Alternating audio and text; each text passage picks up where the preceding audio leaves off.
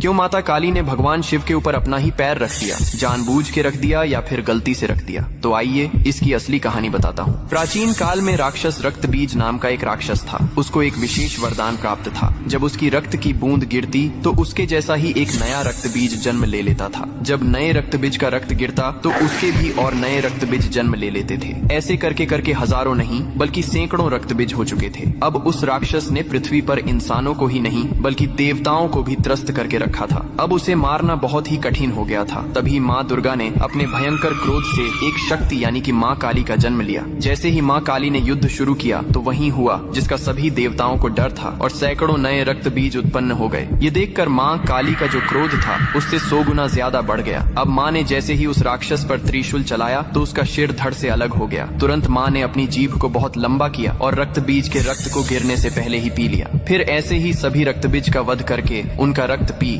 कर उनका क्रोध अब 100 गुना से 200 गुना बढ़ गया था। धरती कांपने लगी थी, समुद्र मथने लगे थे, देवता भयभीत होकर इधर उधर भागने लगे थे। तब देवताओं ने भगवान शिव से प्रार्थना की, हे महादेव, आप ही माता काली के संताप को शांत कर सकते हैं। शिव ने देवताओं की पुकार सुनी और माँ काली के सामने युद्ध भूमि में पहुंच गए। लेकिन माँ अपने तांडव में इतनी लीन थीं कि उन्होंने शिव को भी नहीं देखा। तभी भगवान शिव ने स्वयं माता के चरणों में लेट गए। जैसे ही माँ काली का पैर अनजाने में शिव के सीने पर पड़ा, तुरंत उनका क्रोध शांत हो गया। उन्होंने नीचे देखा तो अपने प्रिय पति शिव थे। यह देखकर उनकी जीभ शर्मिंदगी से बाहर निकल आई। इसके बाद शिव ने मुस्कुराते हुए कहा, हे माँ, तुम्हारा यह रूप सृष्टि के संतुलन के लिए था, लेकिन यह रूप अब धरती पर बहुत धाम धूम से पूजा जाएगा। यही कारण है कि तस्वीर में और मूर्तियों में माँ काली को शिव जी पर